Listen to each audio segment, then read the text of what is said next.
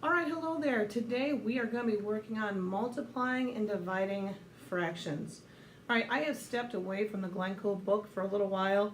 I think this is pretty standard stuff. I don't think we really need to go through the Glencoe book.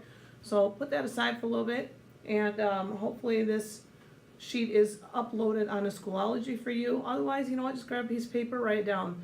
The whole object of this is that you understand how to do it, not necessarily you have the exact same problems. So our objectives today: multiplying and dividing fraction onto fractions. All right, multiplying fractions by fractions can be pretty easy to do. All you are going to do is multiply straight across. Okay, now they are going to expect you to reduce. Now for these you're not going to have to reduce, but what you can do is, first of all, if you've got ones across the top, there's not going to be any reducing, because it's 1 times 1 is going to be what? 1. All you're doing is multiplying straight across both of these.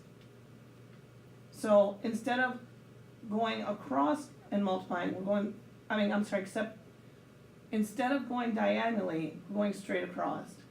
So 2 times 3 is 6. So your answer would be 1/6. Now, for the second one runs a little bit different. If you have two numbers up and down or sideways that can go into each other, you can cancel them out. Okay? Another way to look, so what I can do is I can take this 3 goes into 3 once, 3 goes into 3 once, and just make them ones. Okay? And then just multiply straight across. 1 times 1 is 1. 5 times 1 is 5. Now, if that way is hard for you, another way that you can do this, I'm going to erase here. So if you want to write this way down, beside it, you know what, I'm going to leave it so I can write it again beside it and show you a different way.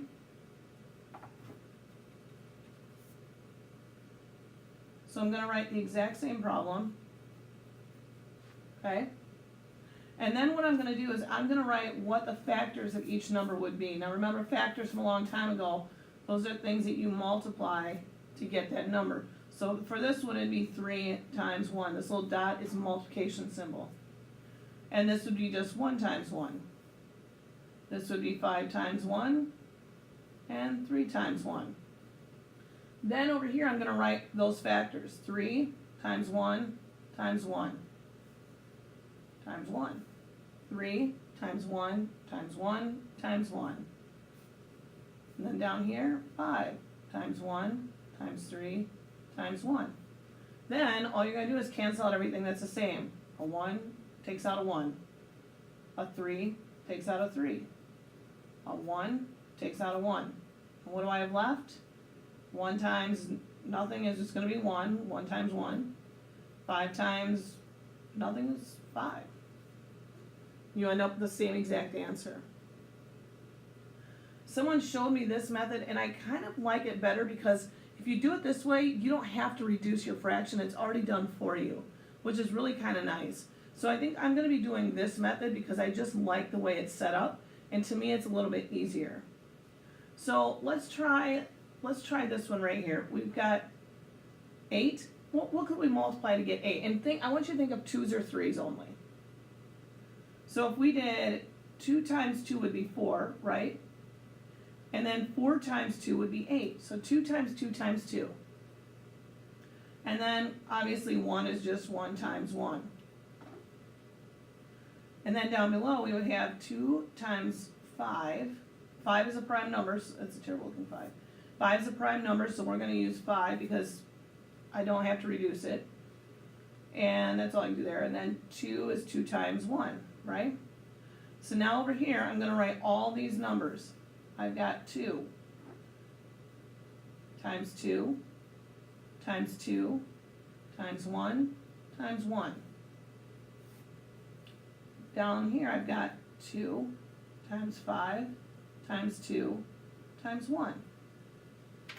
And now all I'm going to do is cancel out everything that's the same. I got a 1, a 1, a 2, a 2. A 5, I don't have a 5 on top. I have a 2 and a 2. now if I multiply what's left, 2 times 1 is 2, and always assume there's a 1 still there. Like here's a 5, but I don't have anything else. You would just assume it's 5 times 1, which is 5. And your answer is 2/5. Alright, let's try the next one. Now, I know that, well, let's do 2 times 1 is 2, 1 times 1 is 1, right? 5 times 1, 2 times 1. 2 times 1 times 1 times 1. All I'm doing is bringing these over to here. And then 5 times 1 times 2 times 1. Alright, now all we have to do is just cancel out. That cancel, or eliminate like things. That's a better way of putting it. Let's eliminate the things that are alike. Let's see, I've got a 2, a 2, a 1, and a 1. And what's left? A 1 and a 5. I'm done. Now, if you wouldn't have done it that way, and you would have just multiplied straight across, you would have gotten 2 times 1 is 2, and 5 times 2 is 10, and then you would have had to divide both the top and the bottom by 2, and you would have still gotten 1/5. But if you don't like to divide, this is really the easier way to do that. Okay. Again, if you have 1s on the top across, you don't even have to do that. You just multiply straight across. 1 times 1 is 1. 4 times 5 is 20. 1/20. Again, 1 times 1 is 1. 2 times 3 is 6. Okay, this one we do, what would we multiply to get 2? Just 2 times 1, right? How about 4? Good, 2 times 2. And 3? How about 10?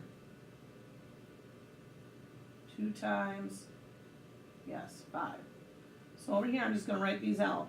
Same numbers, 2 times 1 times 2 times 2. 3 times 1 times 2 times 5. Alright, all we're going to do is eliminate like things. I got a 5, I don't have a 5 up on top, it's got to stay. I got a 2 and a 2, I got a 1 and a 1, and that's it. I can't eliminate a cross, it's got to be up and down. So 2 times 2 is 4, 3 times 5 is 15. And the reducing is already done for you. If you eliminate those like amounts, you don't have to reduce, that's as low as it's going to go. So if you don't like reducing, this is totally the way to go. It does take a little bit of practice to get it down, but once you have it down, it's really an awesome way to do this math. We're going to finish out this page, and then I'm going to let you go ahead and go on your own. So for this one, we've got 2 times 1, and 2 times 1, and 3 times 1, and 5 times 1. 2 times 1 times 2 times 1, 3 times 1 times 5 times 1. Alright, the only thing I can really eliminate are my 1s. There's no 2s, there's no 5 up here, no 3 up there, and no 2s down below. So just multiply straight across. 2 times 2 is 4. 3 times 5 is 15. Now, you're probably saying to yourself, I just did all that work and I could have just done 2 times 2 is 2 and 3 times 5 is 15. And you're right, you could have. The only thing this saves you from is reducing. So if you're not confident in prime numbers and making sure that that's as small as it can go, then it's worth it to do the long way just to know you've got the smallest answer possible. Alright? One more. We got, well, you know what? Same thing here. 3 times 1 is going to be 3, and you know that 3 is a prime number. You're not going to be able to go any lower, so I don't even need to do this method. 10 times 2 is 20. If you multiply these across, and this top number is prime, a 2, a 3, a 5, a 7, Well, 5 you could reduce, so if you got 5 over 20. Actually, it doesn't really, I'm going to take that back, because even if you got a 3, if it was like 3 over 21, you could reduce by 3. So if you're confident that you know that this number can't go into this number, you can do it this way. Otherwise, I would still do 3 times 1 is 3. Obviously 1 times 1. 5 times 2, 2 times 1. And then right over here, 3 times 1 times 1 times 1. 5 times 2 times 2 times 1. And then just cancel out your 1s. 3 times 1 is 3, times 1 is 3. 5 times 2 is 10. 10 times 2 is 20. And you have the same answer. Alright, if you have any questions, feel free to let me know. Otherwise, this is your lesson for today. Give it a shot, see what you can do. If you get stuck or confused, let someone know around you. Hopefully they can watch this video, back it up, see exactly what I did, and they can explain it a little more in depth or help you practice those problems. I hope you have a fantastic day.